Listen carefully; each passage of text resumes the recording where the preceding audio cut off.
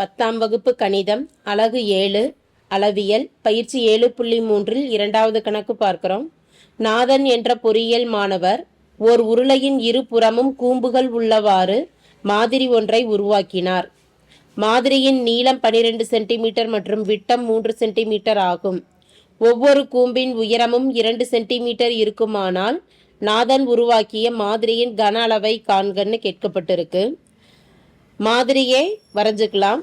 உருளையின் இருபுறமும் கூம்பு அமைகிற மாதிரி 2 கூம்புகள் கொடுத்துட்றோம். கொடுக்கப்பட்டிருக்கக்கூடிய அளவுகளை குறிச்சிடுறோம். மொத்த நீளமானது 12 சென்டிமீட்டர்னு கொடுக்கப்பட்டிருக்கு. கூம்பின் நீளமானது உயரமானது 2 சென்டிமீட்டர் என கொடுக்கப்பட்டுள்ளது. அப்போ 2 சென்டிமீட்டர் 2 கூம்புகள் இருக்கிறதுனால 2 + 2 4. மொத்த நீளம் 12 சென்டிமீட்டர்ல இருந்து 4 சென்டிமீட்டரை கழிக்கிறப்ப உருளையின் உயரம் மட்டும் நமக்கு 8 சென்டிமீட்டர் என கிடைக்கிறது.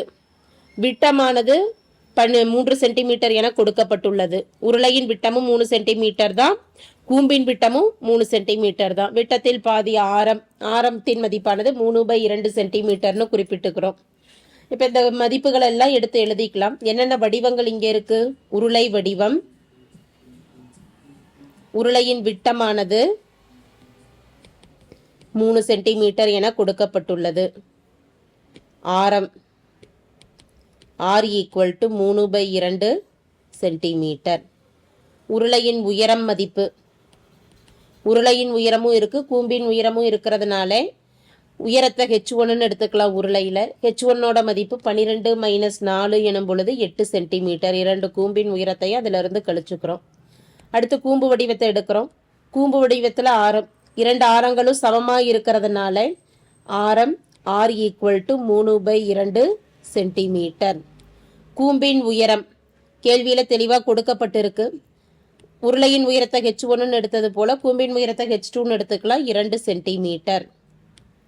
கணக்கிட வேண்டியது மாதிரியின் மொத்த கன அளவு. அப்போ மாதிரியின் மொத்த கன அளவு வேணுங்கிறப்ப உருளையின் கன அளவையும் 2 கூம்புகளின் கன அளவையும் கூட்டிட்டோம்னா மொத்த கன அளவு என்னன்னு தெரிஞ்சுக்கலாம்.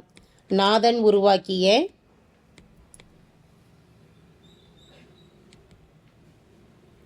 மாதிரியின்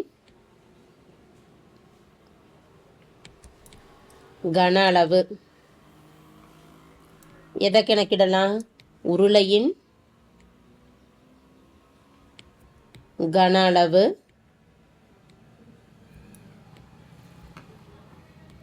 + 2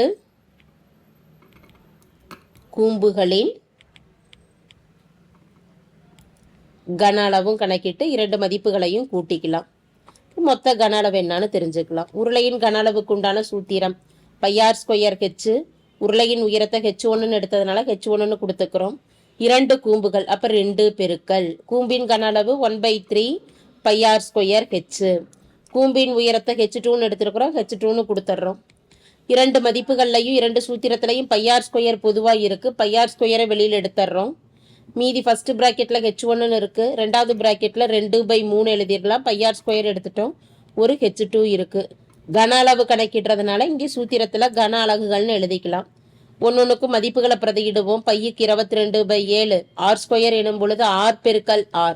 ஆரின் மதிப்பானது 3/2, அப்போ 3/2 பெருக்கல் 3/2. உருளையின் உயரம் h1 ஆனது 8 சென்டிமீட்டர் + 2/3 பெருக்கல் கூம்பின் உயரமானது 2, அப்போ 2ன்னு கொடுத்துட்றோம். கேன்சல் ஆகிறத கேன்சல் பண்ணிக்கலாம். 11 2 22. 11 பெருக்கல் இப்போ இருக்கக்கூடிய மதிப்புகள் என்னென்ன? 11/7 பெருக்கல் 3 பெருக்கல் 3/2. பிராக்கெட்டில் இருக்கக்கூடிய மதிப்பை சுருக்கிறப்ப 8 + 2 பெருக்கல் 2 4/3. 11/7 பெருக்கல் 3 பெருக்கல் 3/2. 8 3 24. 24 + 4 எனும் பொழுது மதிப்பு 28/3. 3 3 கேன்சல் பண்ணிடுறோம். 4 7 28. 1 2 2 2 4. இருக்கக்கூடிய மதிப்புகள் என்ன? 11 பெருக்கல் 3 பெருக்கல் 2. 3 2 6. 6 பெருக்கல் 11ஓட மதிப்பு 66 கன சென்டிமீட்டர். ஸோ நாதன் உருவாக்கிய மாதிரியின் மொத்த கன அளவு 66 கன சென்டிமீட்டர் ஆகும். தேங்க்யூ.